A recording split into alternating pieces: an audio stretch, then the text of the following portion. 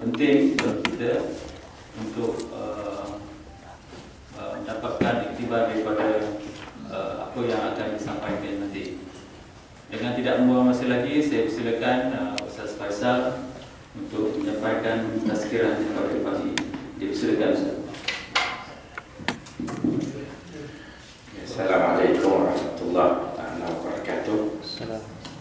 Innal hamdalillah nahmaduhu wa nasta'inu wa nastaghfiruh wa na'udzu billahi min shururi anfusina wa min sayyiati a'malina may yahdihillahu fala mudilla lahu.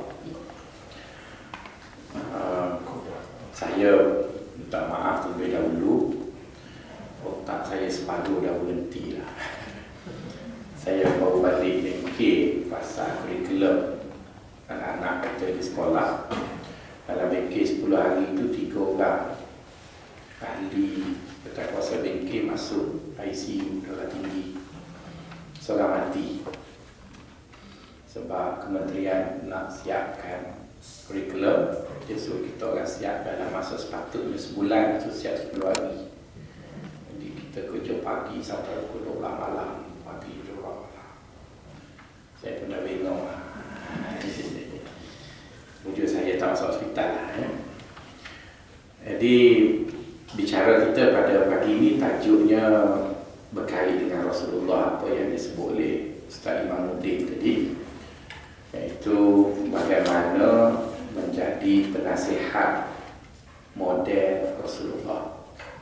Ini adalah sebahagian daripada semakan kurikulum di universiti, di mana Universiti Melayu minta subjek-subjek pengajian agama haruslah diubah supaya ianya bersifat boleh diaplikasi, bukan lagi subjek yang bersifat teoretikal. Jadi saya duduk di Jabatan Sejarah, kami diancam untuk ditutup kalau subjek sejarah tak bersifat praktikal. Jadi untuk menyelamatkan survivor saya terus jadi ketua jabatan.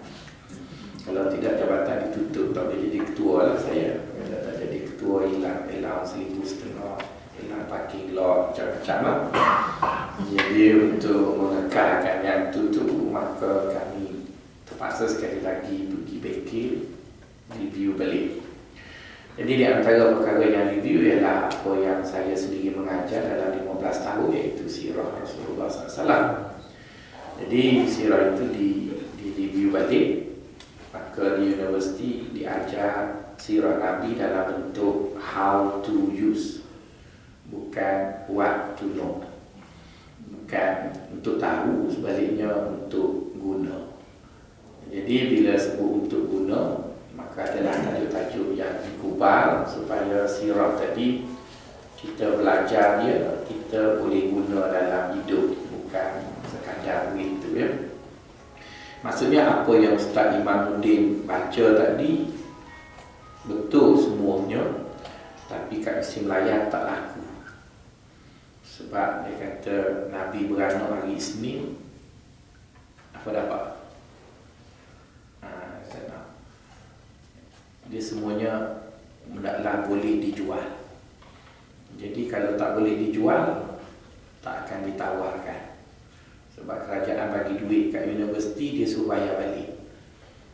Jadi maksud bayar balik itu graduan yang keluar universiti mesti mampu dijadikan pekerja. Jadi kita orang terpaksa fikirlah.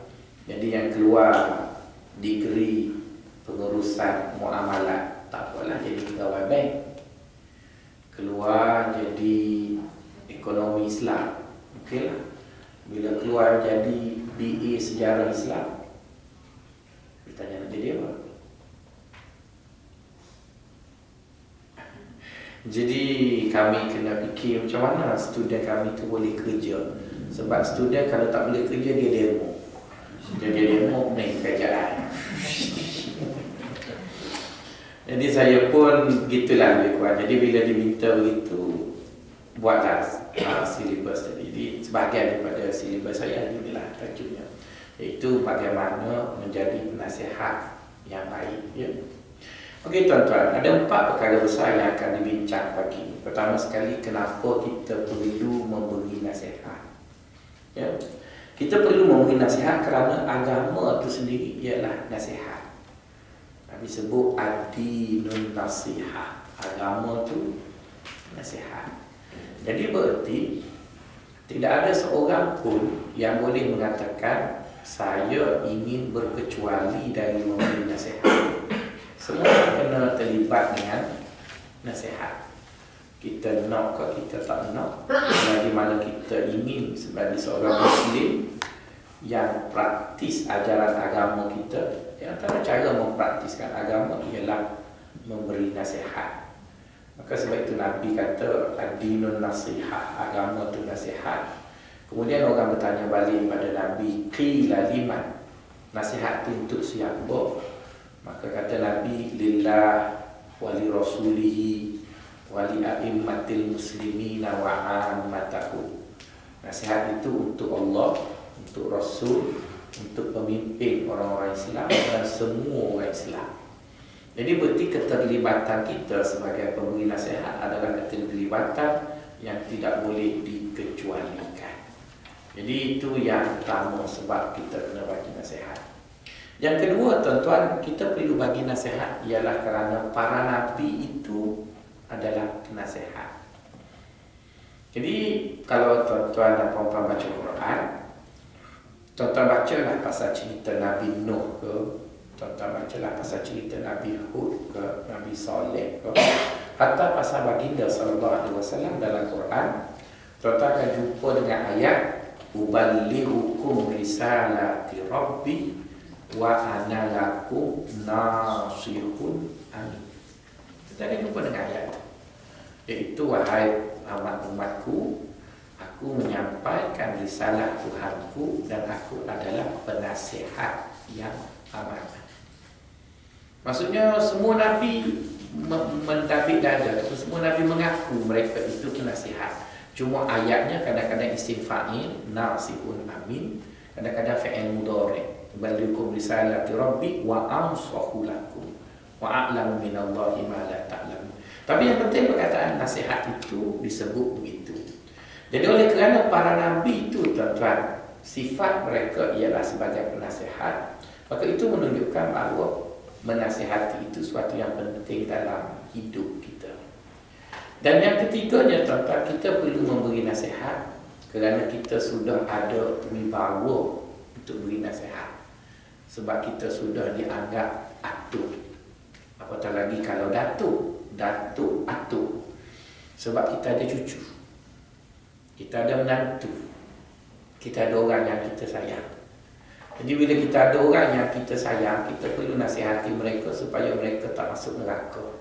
Ya ayyuhallazina amanu qu anfusakum wa ahlikum nara. Adalah tidak betul kita hanya memikirkan kita sahaja untuk masuk syurga. Sebaliknya kena fikir cucu kita, anak kita, menantu kita, kawan kita dan sebagainya. Saya ada satu cerita, ceritanya berlaku pada seorang sahabat, nama dia Jabir bin Abdullah. Jabir bin Abdullah ini tuan-tuan, bila dia masuk Islam, dia seperti mana sahabat lain, dia minta Nabi wasiat kat dia. Maksudnya beri pesan lah. Jadi sahabat-sahabat lain bila dia masuk Islam macam-macam Nabi pesan. Nabi kata kamu kena sembahyang, kamu kena bla bla bla bla. Bila sampai tempat Jabir, Nabi kata aku pesan dekat kamu wahai Jabir, engkau kena bagi nasihat setiap masa. Jabir masa tu baru masuk Islam. Betul aku tak ingat lagi. Tapi Nabi pesan dekat dia, kamu kena beri nasihat. Kemudian Jabir kata dekat Nabi, itu je ke? Tak ada pesan lain. Nabi kata tak ada. Untuk engkau satu je. Setiap masa kena beri nasihat. Jadi Jabir pun balik itulah. Sebab itulah yang diberi oleh Nabi. Satu hari dia pergi ke pasar. Dia tengok seorang budak menjual kuda dengan harga 200 dirham. Maka Jabir kata, wahai budak, aku nak beli kuda ni. Maka budak tu kata, bolehlah dengan 200 dirham. Jabir kata, saya setuju belinya dengan satu syarat. Budak tu kata, apa syarat? Itu kau jual dekat aku dengan 300 dirham. Budak tu kata, baguslah. Aku jual 200, kau nak beli 300. Aku setuju je lah. Jadi bila budak tu setuju, Jabir kata, ya saya setuju dengan apa yang kamu nak jual dengan satu syarat. Syarat apa lagi? Itu kau jual aku 400. Tadi minta 300. Bila setuju minta 400 pula. Jadi budak tu kata, saya setuju 400. Jabir kata, ya saya setuju dengan satu syarat. Budak tu kata, syarat apa lagi? Kau kena jual aku 600. Jadi akhirnya budak tu pun jual. Bila berlaku jual beli, Jabir nak ambil kuda tu. Budak tu tanya pakcik, dia kata saya tak pernah jumpa orang bila nak beli barang, beli lebih mahal. Yang saya jumpa orang, beli lebih murah. Kata Jabir, engkau budak, engkau tak tahu menilai kuda. Aku orang yang dah tahu nilai kuda. Kuda ini yang sebenarnya harganya 600. Jadi sebagai nasihat aku untuk kamu, kau jualan 600. Jadi fahamlah kita perempuan, nasihat itu bukan bermaksud ceramah. Maka sebab itu nak beri nasihat tak perlu tauliah. Bukan nasihat itu kena ada mikrofon. Assalamualaikum, saya nak bagi nasihat. Bukan. Nasihat itu sembang-sembang, cakap-cakap dan sebagainya. Jangan tuan-tuan fikir, Ustaz saya nak bagi nasihat. Boleh ya, saya nak bagi nasihat kat Ustaz. Ya, banyak je. Saya menerima nasihat ramai dari orang pencik. Guru saya kata dalam satu hari mesti berborak dengan orang pencik. Sebab tu saya suka borak dengan orang pencik. Sebab orang pencik bila dia bercerita, saya tak perlu sampai orang pencik, saya dah tahu apa yang dialami oleh orang pencik. Jadi nasihatlah tu. Nasihat begitu, nasihat begitu. Nak beli kereta, tanya orang. Kalau saya nak beli Mercedes, saya akan borak dengan hakim. Bagaimana maintenance-nya, apa, hakim cerita-cerita tak payah beli. Kayaknya saya selamat daripada beli. Betul kan? Jadi, nasihat tu. Jadi, nasihat itu tak semesti kena jadi ustaz dulu, kan? Nasihat itu ialah begitu. Jadi, sebab itulah perempuan, kita diminta supaya dalam hidup ni penuh dengan nasihat. Yang Allah Ta'ala sebut, wal asri innal insana lafi khusr illa allazina amanu wa amilus solihat wa tawasaw bil haqq wa tawasaw bis sabr. Jadi berpesan-pesan dengan benar tadi nasihatlah. Jadi bukannya kena tazkirah agama apa, tak. Nasihat itu ialah apa?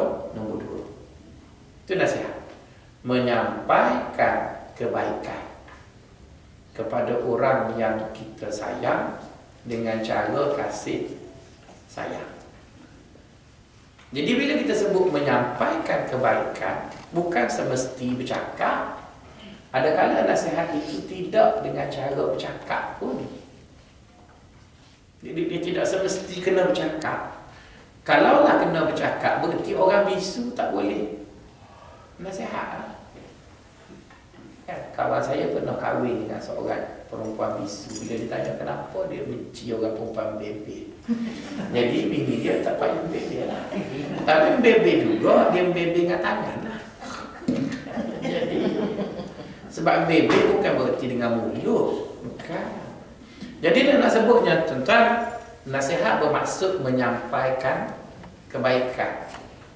Pernah satu kali cucu Nabi itu nama dia Hasan dan Husain. Bila dia tengok seorang lelaki tua ambil air sembahyang tak betul, maka Hasan dan Husain buat-buat bising. Jadi lelaki tua tu semacam nak pergi marah dekat budak bising ni.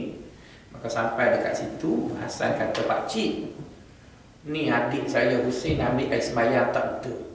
Sebenarnya dia nak tegur pakcik itu, tapi dia tak tegur pakcik dengan direct, dia lakonkan balik. Maka pakcik tu kata, cuba kau ambil air sembahyang, pakcik nak tengok. Jadi si Husain tu ambil air sembahyang betul-betul macam pakcik tu yang tak betul tu. Jadi Hasan pun kata, itulah kau ambil air sembahyang tak betul, tangan tak habis basuh. Jadi pakcik tu perasan, aku pun begitu juga. Tahu kan? Jadi berarti nasihat tu berlaku. Nasihat tu berlaku, tapi bukan dengan cara beritahu pakcik tu. Itulah cucu Nabi. Itu Nabi ajar dekat dia bahawa nasihat itu tak semesti cakap. Kadang-kadang simulasi, kadang-kadang lakonan semula, kadang-kadang gurauan, macam-macam lah perempuan. Jadi oleh kerana itu, saya lebih setuju apa yang disebut oleh Al-Mawardi, nasihat bermaksud menyampaikan kebaikan. Dan kebaikan itu pula tuan-tuan dan puan-puan, dia adalah kebaikan yang diukur pada si penerima nasihat, bukan si pemberi nasihat. Kadang-kadang ada orang beri nasihat untuk jaga kepentingan dia. Kan? Bila ada orang nak naik pangkat, aku nasihat kau tak payahlah naik pangkat. Kan? Sebab bila naik pangkat, kau cabar aku pula. Jadi dia nasihat supaya jaga kebaikan dia, bukan untuk kebaikan orang tu. Tak nasihat ialah demi kebaikan orang yang dinasihati. Maka sebab itulah, oleh kerana kita nak beri baik kepada orang yang kita nasihat, maka kebaikan itu diukur terlalu relatif daripada satu orang dengan orang yang lain. Dia tak boleh di-standardize. Buktinya, kenapa sahabat Nabi tanya soalan yang sama oleh 3 orang berbeza, Nabi jawab berbeza. Seorang lelaki tanya, ya Rasulullah, apakah amalan paling baik dalam Islam? Sebelum Nabi jawab, Nabi tanya dia, kau ada apa? Kata lelaki itu, aku ada ibu tua yang sakit. Maka Nabi kata yang paling baik dalam Islam bagi orang seperti kau, jaga mak sampai mati. Tapi bukan bermaksud semua orang kena jaga mak. Yang mak dia dah mati, takkan nak pergi ambil mak angkat pula. Dah ada. Dah. Kemudian mari orang yang kedua. Dia tanya, apakah amalan paling baik dalam Islam? Nabi tanya dia, kau ada apa? Kata dia, aku adalah seorang peniaga. Oh, Nabi kata amalan paling baik dalam Islam sedekah. Sebab kau ada duit. Dan kau jangan pergi perang, nanti kau mati tak boleh bagi sedekah. Kau tak payah pergi perang. Mari orang yang ketiga tanya, ya Rasulullah, apakah amalan paling baik dalam Islam? Nabi tanya, kau ada apa? Tak ada apa-apa. Mari perang dengan aku, mati pun jimat kos. Kata dia, kata tak ada. Tak apalah. Jadi berarti tidak semua orang pergi berjihad itu paling baik. Tidak semua orang pergi berniaga tu baik. Tidak semua orang duduk rumah tu baik. Dia relatif sangat. Yang ni begini. Sebab apa? Sebab kita beri nasihat demi kebaikan orang yang kita sayang tadi. Yang kedua, nasihat itu diberikan kepada orang yang kita sayang. Maksudnya orang yang kita sayang itu siapa-siapalah kawan kita. Kita sayang kat dia. Jadi bila kita sayang, kita kena beri benda yang baik untuk dia. Bukan benda itu baik untuk kita. Mungkin kadang apa yang kita beri itu tidak baik untuk kita. Baik untuk dia. Saya nak suruh anak saya tubuhnya besar dan tak sakit tulang macam saya, maka saya kena bagi dia minum susu lah. Tapi maintenance tinggi lah susu, RM5 seliter. Kalau mudah kopi O, macam kan? Ayah saya bagi saya kopi O, sekarang saya dah sakit punggung dah, umur 40 baru. Kurang apa panggil kalsium. Tapi kerana saya sayang dekat anak saya, paksa lah minum susu. Tak minum susu, makan cheese. Jadi tubuh dia besar. Pada kita tu kan kita nak lempang dia pun takut. Tapi tak apalah sebab kita sayang kat dia, habis duit pun. Kita nak macam mana terlepas musim dah minum Enling pun tak jadi juga sebab ada kopi O daripada kecil. Jadi berarti sayang tu kita beri benda baik untuk dia. Mungkin pada kita akan rugilah, banyak duit kita habis, rugilah kita. Tapi baik. Sebab apa baik untuk dia? Sebab kita sayang lah. Kita sayang kat dia. Maka sebab itu kita lihat Nabi, dia berkorban apa saja untuk kita, untuk umat dia. Sebab dia, tuan-tuan, banyak istimewa Nabi tukar untuk kita. Banyak. Terlalu banyak. Nabi simpan doa paling mustajab. Bukan untuk dia, anak beranak dia masuk syurga berlaku. Kan? Tengok. Ni pun sembuh. Masuk syurga berlaku. Quraisy, nasab, apa semua baik. Dia simpan doa tu untuk kita. Dia sanggup susah, dia sanggup apa. Sebab dia nak beri bayi. Dan dia sayang. Dan cara dia beri pula ialah dengan cara kasih sayang. Rasulullah SAW bersabda, Inna Allaha a'ta lilayyinin ma lam yukti li syiddatin. Banyak benda dalam kehidupan ini Allah beri melalui kasih sayang berbanding dengan cara kekerasan. Terlalu banyak benda diberi dengan kasih sayang berbanding dengan cara kekerasan. Tapi sekarang ramai orang memilih untuk kekerasan berbanding dengan kasih sayang. Jadi kita tukarlah sikit. Yang nak keras tu keraslah. Tapi kita masih percaya kepada kasih sayang itu lebih mudah diterima berbanding tadi. Okey, itu perkara kedua. Perkara ketiga, tuan-tuan.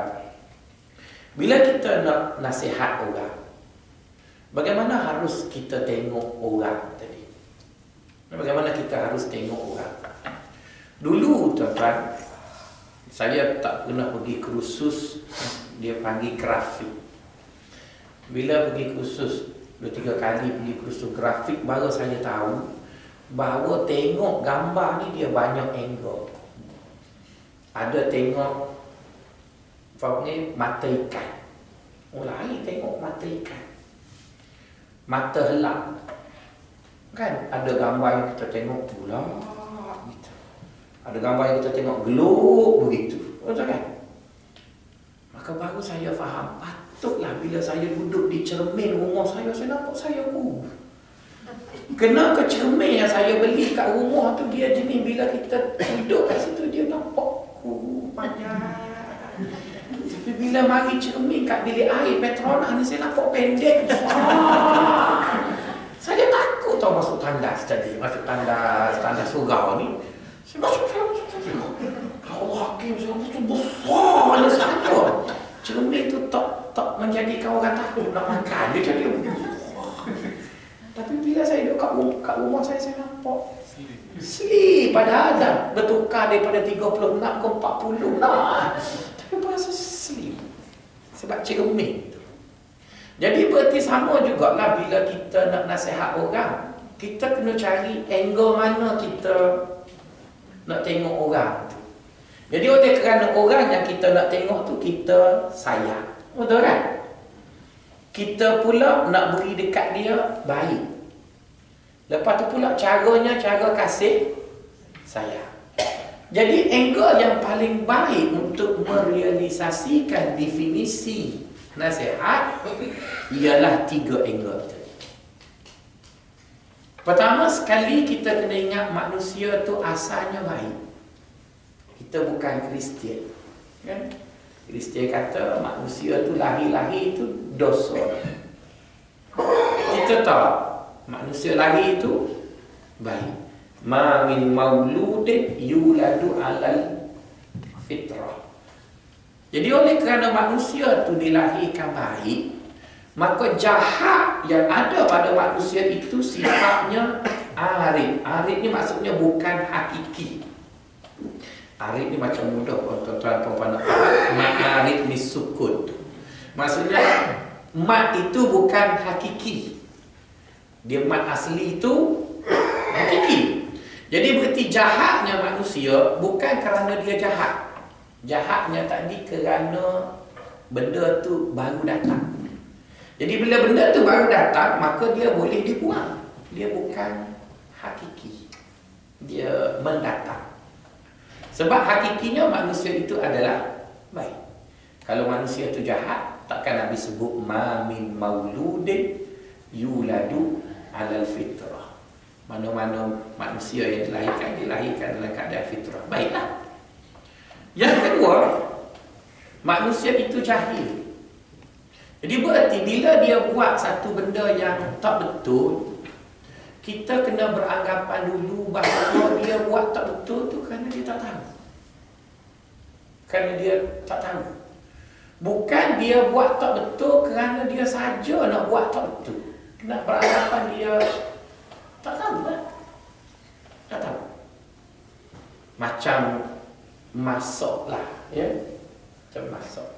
Saya dengan isteri saya lebih pandai masak daripada isteri saya. Sebab saya lebih payah hidup daripada dia. Dia orang Selangor, dapat beasiswa Selangor, maka tak pandai nak masak. Beli je kan. Saya duduk pondok, kena masak lah. Masak. Jadi bila saya buat tumis bilis, lebih sedap saya dari dia. Jadi bila dia masak tumis, anak saya makan tak habis. Tapi bila saya masak tumis, anak saya makan sampai licin. Jadi berarti dia tak sedap lah kan. Tapi tak sedap tu saya tak boleh marah sebab dia tak tahu macam mana nak buat sedap. Maka dia tanya saya, macam mana abang buat sedap? Kena tumis sampai pecah menyok. Baru masuk ayasan Jawa, bukan tumis-tumis tu, tumis bahasa Jawa pun tomato lagi, macam masam tu. Jadi berarti dia salah, tapi salah itu bukan kerana dia jahat, kerana dia jahil. Bukan dia jahat. Jadi ada orang dia salah lah, tapi salah dia tu kerana dia tak tahu. Jadi bila dia tak tahu, kita kena beritahu je lah, apa nak marahnya. Jadi itu angle yang paling baik. Itu manusia tadi, dia asalnya baik. Kalau jahat tu, jahatnya Torik, datang, Arif. Jadi kita boleh berusaha membuang jahatnya tadi. Okey, saya buat satu contoh supaya mudah tuan-tuan dan puan-puan. Aplikasi, kita orang kena bercakap aplikasi je. Takut perempuan tutup jabatan, bengong. Yelah, saya ada PA, tiba-tiba hilang PA, bengong. Dan 3 tahun ada PA, masuk Ustaz air, sedap ada PA, parking lot ada, tiba-tiba hilang. Kena potong step sendiri. Lagi tuan-tuan dulu yang ramai PA lagi bengong bila pencing, betul kan? Balik rumah buat batuk kena ambil sendiri. Dulu PA buat maki, betul kan? Lepas tu saya dengar orang kata general pencing bengong. Kan dia satu batalion, semua dia arah je. Bila pencing, bini marah kat dia. Okey, berbalik pada kita. Saya bagi contoh aplikasi, ya. Saya nak ajak perempuan macam mana nak selesai orang salah tadi. Kita nak nasihat, kan? Okey. Nabi kata tanda orang munafik ada 4. Dia ada Nabi sebut 3, kemudian hadis-hadis yang diulang-ulang, akhirnya kita summarizekan dia keluar 4. Pertama, bohong. Yang kedua, khianat. Yang ketiga, mungkir. Mungkir janji ya. Malah nak tulis semua tu, maksudnya ringkas-ringkas je. Yang keempat, melampau. Iaitu bila dia bergaduh, dia melampau. Bohong, bila dia cakap, dia bohong. Bila diberi amanah, dia khianat. Bila dia berjanji, dia mungkir. Bila dia bergaduh, dia melampau. Okey, ringkasnya itu 4 tanda yang menunjukkan orang tadi munafik. Okay? Saya nak tanya tuan-tuan. Berdasarkan hadis Nabi itu, siapa ada salah satu atau semua, maka itulah nisbah kemunafikan. Siapa dalam dewan ni tak menopok?